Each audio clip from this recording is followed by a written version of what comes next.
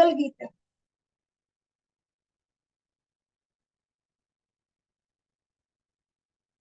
आज हम गाएंगे मंगल गीत, जिसमें भगवान जो है विष्णु, उनके वक्ष स्थल पर कैसे लक्ष्मी जी विराजमान है, कैसे भगवान की शोभा है, भगवान ने कैसा श्रृंगार किया है, उसके ऊपर पूरा भजन है ये मंगल गीत। तो मैंने ग्रुप में आपको शेयर किया, आप वहां से देख सकते हैं सब, साथ साथ में दोहरा सकते हैं पीछे पीछे आप लोग, म्यूट रख के। शीत कामला कुच मंडल है, व्रत कुंडलाए, कलिता ललिता वनमा, जय जय देव हरे। शीत कामला कुच मंडल, व्रत कुंडलाए, कलिता ललिता वनमा, जय जय देव हरे। दीनमणि मंडल मंडल है, भव खंडन है, मुनि जन मानस हंस, जय जय देव हरे। मुनि जना मानस हंस, जय जय देव हरे।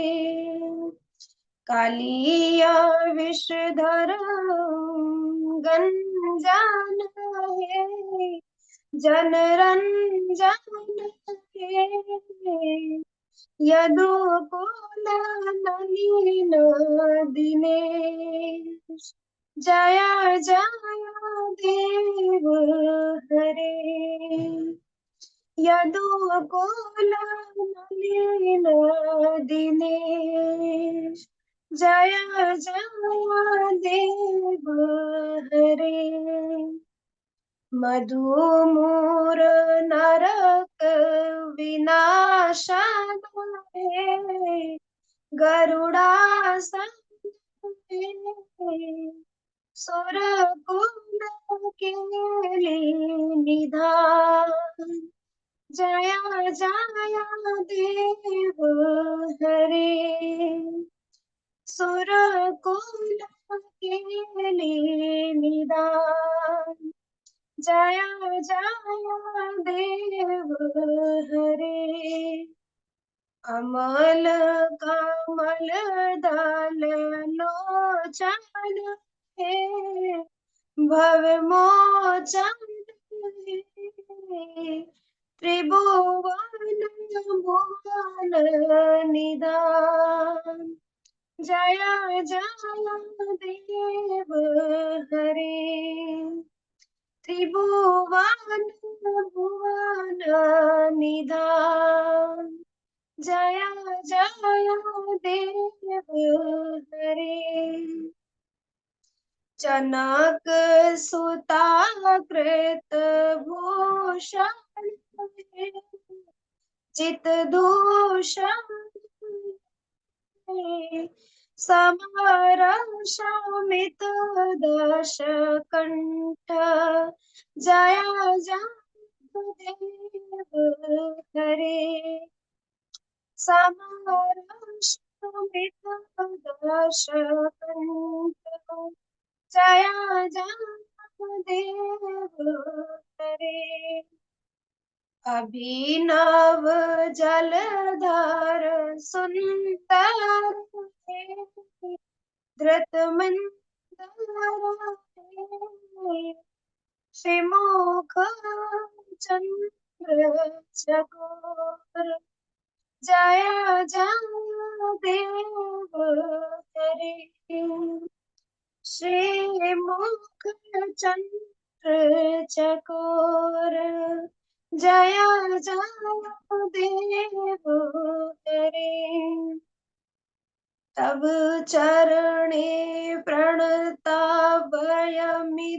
भावयामि भवामि। कुरु कुशलम् प्रणतेषु जय जय देव हरे। कुरु कुशलम् प्रणतेषु जय जय देव हरे। श्री जय देव कवेरिदम् कुरुते मोदमहे कुरुते मोदमहे मङ्गलमुज्ज्वलगीतम् जय जय देव हरे। जय जय देव हरे। जय जय देव हरे। तो ये मंगल गीत है जिसमें बता रहे श्रीत कमला कुछ मंडल है धृत कुंडल है। हे भगवान आप लक्ष्मी देवी के वक्ष स्थल पर वास करते हैं। श्रित कमला कुछ मंडल है। आप जो है श्री लक्ष्मी जो है उनके वक्ष स्थल पर वास कर लक्ष्मी देवी के वक्ष स्थल पर आप वास करते हैं। हे भगवान आपके कान कुंडल से सुशोभित है। धृत कुंडल यानी धृत का मतलब होता है धारण करना। आपने कुंडल धारण किए हुए। हे भगवान कलित ललित वनमाल और आप वन के पुष्पों से जो बनी हुई आकर्षक हार है आप ऐसा हार पहनते हैं जो वनों में सबसे सुगंधित जो पुष्प है उसकी वनमाला यानी आप हार पहनते हैं। हे जय जय देव हरि ऐसे जयदेव भगवान मतलब हे भगवान हरि आपकी जय हो। ऐसे भगवान आपकी जय हो ऐसा कहते हैं। हे भगवान फिर कहते हैं दिन मणि मंडल मंडन है भव खंडन है मुनि जन मानस हंस जय जय देव हरि। और हे भगवान आपके आभूषण इतने वैभवशाली हैं जैसे सूर्य का तेज या चमक। दिन मणि मंडल मंडन यानी जो दिन को दिन जैसे हम कहते हैं ना कि दिन में रोशनी आती है तो भगवान का जो आभूषण है वो इतने चमकते हैं कि ऐसा लग रहा है दिन ही हो गया जैसे। तो गोपियां जैसे काफी बार यशोदा मैया के पास जाकर के शिकायत करती थी कि हम कितना ही माखन की मटकी को ऊपर से ऊपर किसी छीके पर टांक दे पता नहीं अंधेरे में भी ये कैसे ढूंढ लेता है। अरे यशोदा मैया इसको इतने इतने आभूषण मत पहनाया करो। इसके तो आभूषण भी इतने चमकते हैं कि ये तो दिन में भी ऐसा रात में भी ऐसा लगता है जैसे दिन हो गया हो। इतने आभूषण चमकते हैं इतनी रोशनी देते हैं इसके आभूषण। और ये पता नहीं कैसे माखन को ढूंढ लेता है अंधेरे में भी जबकि लाइट नहीं है फिर भी ये ढूंढ लेता है और फिर खा जाता है। तो कहते हैं आप इसको इतने आभूषण मत पहनाया करो। तो भगवान के आभूषण भी इतने चमक दे रहे हैं कि ऐसा लग रहा है दिन ही हो गया जैसे अंधियारी रात में जैसे भगवान आते हुए दिखे तो ऐसा लग रहा है बहुत सारे सूर्य एक साथ प्रकाशित हो गए इतने सुंदर भगवान आभूषणों को पहनने के बाद और चमकते हैं। तो उसके लिए कहते हैं इतनी तेज इतनी चमक है। फिर भी आगे गोपियां कहती है यशोदा मैया कहती है ठीक है मैं नहीं पहनाऊंगी अपने लाला को इतने ज्यादा आभूषण। तो कहते हैं तुम नहीं पहनाओगी तो इसका तेज इतना है इसकी चमक इतनी है इसकी सुंदरता इसके शरीर की तो भी ये कहीं ना कहीं इसके कहीं ना कहीं इसको माखन दिख ही जाता है। तो भी इसकी चमक इसके जो दिव्य शरीर है उसमें इतनी चमक है तो भी ये ढूंढ लेता है। तो भगवान के ऐसा नहीं है कि भगवान आभूषण पहनते हैं तो ही चमकते हैं। भगवान तो निर्वस्त्र भी होंगे ना तो भी सुंदर लगेंगे। कुछ पहनने की जरूरत नहीं है उनको। तो भगवान तो दिव्य है हमेशा प्रकाशमान रहते हैं। जहाँ भगवान होते हैं वहां कोई अंधकार या ज्ञान नहीं होता। तो इसलिए कह रहे हैं और आप वैभवशाली वैभवशाली क्यों कहा गया आभूषणों को आप सोचिए। हम जैसे काफी बार कहते हैं कि काश हम भगवान की बांसुरी होते भगवान के अधरों से हम हमेशा छूते भगवान को। हम कभी हो सकता है हम भगवान की कमर बंद होते हम भगवान की कमर पर धारण होते कभी हम सोचते हैं ऐसा भाव गोपियों का आता है कि कैसा भाव है रे। कहते हैं मुरली ने यानी बांसुरी ने ऐसे कितने क्या कर्म किए हैं जो वो भगवान के साथ हमेशा रहती है हम नहीं रह पाते।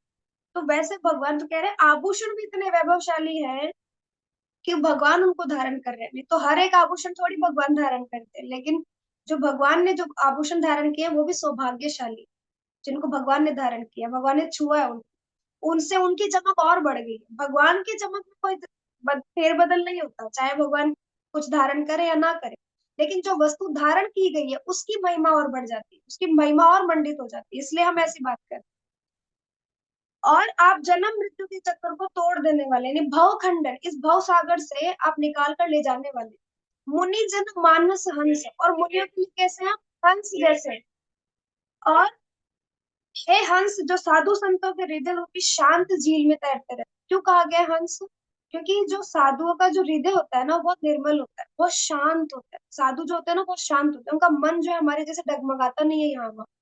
मतलब हमें तो विचार करना पड़ता है कि अरे इच्छाएं हो रही है, तो हम थोड़ा दबाने का प्रयास करते हैं, थोड़ा छुपाने का प्रयास करते हैं, है ना। अपने आप को भटकाने का प्रयास करते हैं कि नहीं नहीं अभी इसमें ध्यान नहीं देना, अभी माला करो, अरे नहीं नहीं इसमें ध्यान नहीं देना, अभी हरी कथा सुनो, ऐसा। और घर में कोई फेस्टिवल है, घर में कोई शादी का प्रोग्राम है, लेकिन हमारा मन भाग रहा है मंदिर की तरफ, तो हम भगाते हैं उसको कि नहीं, घर की चीजों में नहीं ध्यान देना, मंदिर के फेस्टिवल पे ध्यान देना। तो इस तरीके से, लेकिन जो मुनिजन होते हैं ना, वो उनको भटकाने की जरूरत नहीं, उनका मन स्थिर हो जाता है, क्योंकि इतनी साधना इतनी तपस्या वो करते हैं।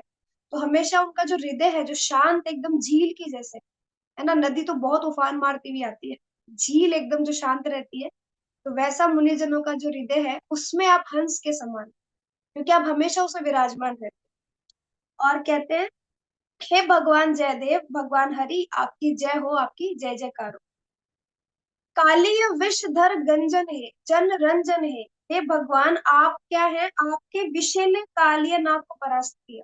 यमुना नदी में कालिय नाग की लीला हम सबको पता है, कि कैसे भगवान ने कालिय नाग को भगाया वहां से, और कहा कि तुम जाओ यहाँ से और कहीं और जाकर के तुम अपना राजपाट फैलाओ। तुमने पूरी यमुना का जल जो है विषैला कर दिया है, और यहाँ पर हमारे जितने सारे पशु पक्षी हैं जो इस यमुना में तुम उठा उठा करके ले आते हो, सबको मार देते हो, तो तुम यहाँ से जाओ, ये हमारा क्रीड़ा स्थल है। तो यमुना तो भगवान के लिए क्रीड़ा स्थल जैसी स्थली थी, कभी छोड़ते ही नहीं थे, भगवान की हर लीला यमुना के तट पर हुई है। उनको तो इतना आनंद आता है यमुना के तट पे, जब भी पानी का बहाव आता है ना, तो साथ में जो मंद मंद हवा बहकर आती है ना, वो हवा ही इतनी मधुर होती है कि उससे ही हमें इतना आनंद मिलता है। आप सोचो, जब यमुना में हम कूद जाते हैं तब तो अलग ही बात है। तो भगवान की मौसी लीलाएं जो है वो यमुना के तट पर हुई है, तो भगवान के लिए तो सबसे विशेष क्रीड़ा स्थल है वो। भगवान कहते तुम जाओ यहाँ से, ये तो मेरा क्रीड़ा स्थल है, तुमने इसको विषैला कर दिया, लोग आने से डरते हैं यहाँ। तो विषैले कालिय नाग को परास्त किया, और हे लोगों को हर्षित करने वाले, आप कैसे हैं, जन रंजन, आप लोगों के मन को रंजन करने वाले, यानी आप आकर्षित करने वाले।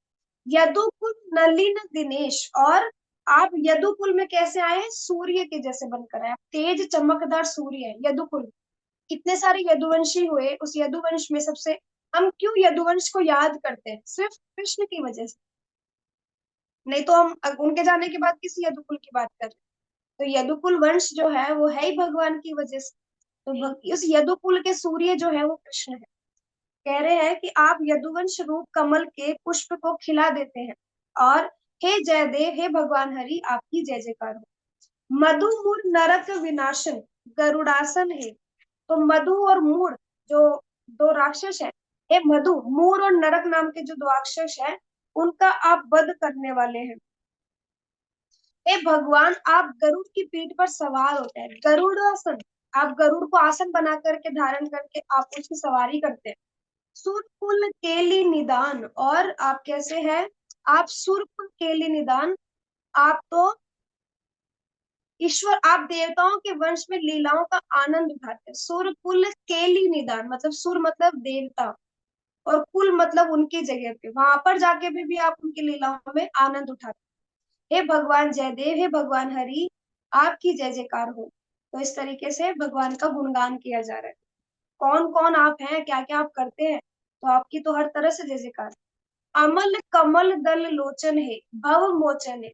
और हे ईश, आपके नेत्र कमल की कर्णिकाओं के समान त्रुटिहीन और निर्मल है। जैसे कमल की पंखुड़ियां इतनी सॉफ्ट होती हैं, हम सब जानते हैं, और इतनी सुगंधित, मतलब इतनी सुगंध देने वाली है, इतनी कोमल होती है, आप देख के मतलब प्रेम निर्मल, ऐसा लगता है कोई इनमें किस तरीके की कोई त्रुटि नहीं है, इतनी सुंदर बनी हो। तो आपके नेत्र उसी तरीके के हैं। और आप क्या है, भव मोचन, आप इस भव सागर से तारने वाले हैं। हे जयदेव, हे भगवान हरि आपकी जय हो। जनक सुताकृत भूषण है, जित दूषण है। और आप कौन है, आप तो जनक सुता, यानी जनक की पुत्री के आभूषण है ना, माता सीता के, आप तो माता सीता के लिए आभूषण समान है। हे भगवान, आपने और जित दूषण यानी आपने जितने सारे जो राक्षस हुए उन सबको जीतने वाले हैं। त्रिभुवन भुवन निधान, आप तो तीनों भुवनों को, जो हम कहते हैं ना कि एक तो होता है नरक, एक होता है बीच में भुवन लोक, और फिर उससे ऊपर ऊपरी लोक, तो तीनों के उसमें भी आप तीनों को ही परास्त करने वाले हैं। आप चाहे इन तीनों जो भवन भुवन है उन सब तीनों को आप मतलब पार लगाने वाले हैं। तो आप ही हैं जो हर एक भवन भुवन में आप स्थापित हैं, और आप जहां भी जाते हैं अपनी लीलाएं करते हैं। तो हे भगवान आपकी जय जयकार हो। और त्रिभुवन में आपने क्या किया है, तीनों लोगों के अमूल्य खजाने हैं आप। नरक में भी लोग आपसे डरते हैं, स्वर्ग के देवी देवता आपका सम्मान करते हैं, आपसे प्रेम करते हैं, आपकी लीलाओं में आने के लिए व्याकुल रहते हैं। और जयदेव आपकी जय जयकार हो। कहते हैं, अभिनव जलधर सुंदर है व्रत मंदर है, श्रीमुख चंद्र चकोर, जय जय देव हरि।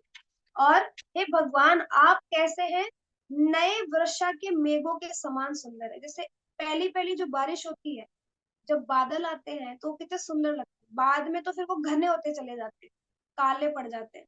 लेकिन जैसे वाइट बादल जब आते हैं और बारिश आती है तो किस तरीके से वो सुंदर लगता है। जो नई नई वर्षा होती है उसके जो उसके जो मेघ जो बादल है वो आप उसके समान। और आप गोवर्धन पर्वत को उठाने वाले हैं, धृत मंदर है। तो आप तो जो है वो क्या करने वाले हैं, आप गोवर्धन पर्वत को उठाने वाले हैं। श्रीमुख चंद्र चकोर, और आप कैसे हैं, आप उस चकोर पक्षी की जैसे हैं। श्रीमती राधा रानी के मुख की चंद्र करिणका को पीते हैं आप। मतलब जो राधा रानी है वो कैसी है, चंद्रमा के समान, इतनी सुंदर, इतनी कोमल, इतनी शांत, जो चांदनी प्रदान करती है, आप वैसे हैं। और आप उसमें भी श्री राधा रानी के मुख चंद्र को मतलब आप पीते, आप धारण करते हो, ऐसा कह रहे। तव चरणे प्रणेता वयमिति भावये, कुरु कुशलम प्रणतेषु, जय जय देव। और फिर कह रहे हैं, हे भगवान हम आपके चरण कमलों के समक्ष नतमस्तक है, कृपया इस प्रकार हमारे विषय में सोचिए, कृपया हमें मंगल आशीर्वाद प्रदान करें, हम जो आपके समक्ष नतमस्तक हैं। हे जयदेव, हे भगवान हरि आपकी जय हो। और फिर कह रहे हैं, श्री जयदेव कवेरिदम कुरुते मुदम ए, मंगल मुंजवल गीतम, जय जय देव हरि। और श्री जयदेव कौन, जो कवि है, जयदेव गोस्वामी के बारे में बात हो रही है यहाँ पे। जयदेव गोस्वामी कौन है, जिन्होंने गीत गोविंद लिखा जगन्नाथ जी के लिए, उनके बहुत बड़े भक्त हुए, उनका लिखा हुआ है ये है। और ये गीत जो है वो हमारे हृदय में जब हम सुनते हैं तो प्रसन्नता लेकर आता है। ये एक शुभ मंगलकारी तेज चमकदार कांतिपूर्ण गीत है जो भगवान की विशेषताएं बता रहा है कि आप कौन है। देखो अलग अलग तरीके से भाव भंगिमाएं करके हमें बताया गया है कि आप जनक सुता के आभूषण हैं, आप आभूषण धारण करने वाले हैं, आप कुंडल धारण करने वाले हैं, आप काली नाग को मारने वाले हैं, आप गोवर्धन पर्वत को उठाने वाले हैं। तो क्या भगवान की अलग अलग तरीके की विशेषता इस गीत के माध्यम से बताई गई। तो जयदेव गोस्वामी ने बहुत सुंदर ये गीत लिखा है।